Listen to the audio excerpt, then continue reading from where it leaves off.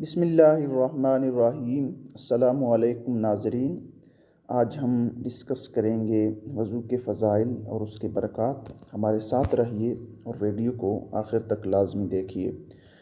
ناظرین، لوٹے وغیرہ سے وضو کرنے کے بعد بچا ہوا پانی کھڑے ہو کر پینا سنت بھی اور شفا بھی، اور حضور اقدس صلی اللہ تعالیٰ علیہ وسلم سے ثابت ہے کہ حضور نے وضو فرما کر بقیہ پانی کو کھڑے ہو کر نوش فرمایا، اور ایک حدیث میں روایت کیا گیا ہے کہ اس کا پینا 70 مرض سے شفا ہے، تو وہ ان امور میں آب زمزم سے مشابہت رکھتا ہے۔ حدیث پاک میں ہے، جس نے اچھی طرح وضو کیا اور آسمان کی طرف نگاہ اٹھائی اور کلمہ شہادت پڑھا، اور اس کے لیے جنت کے 8 دروازے کھول دیے جاتے ہیں۔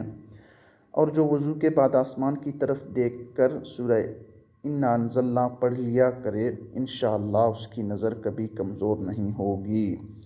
حدیث پاک میں ہے، جو وضو کے بعد 1 مرتبہ سورہ قدر پڑھے تو وہ صدیقین میں سے ہے، اور جو 2 مرتبہ پڑھے تو وہ شہداء میں شمار کیا جائے، اور 3 مرتبہ پڑھے گا تو اللہ تعالیٰ محشر کے دن اسے اپنے انبیاء کے ساتھ رکھے گا۔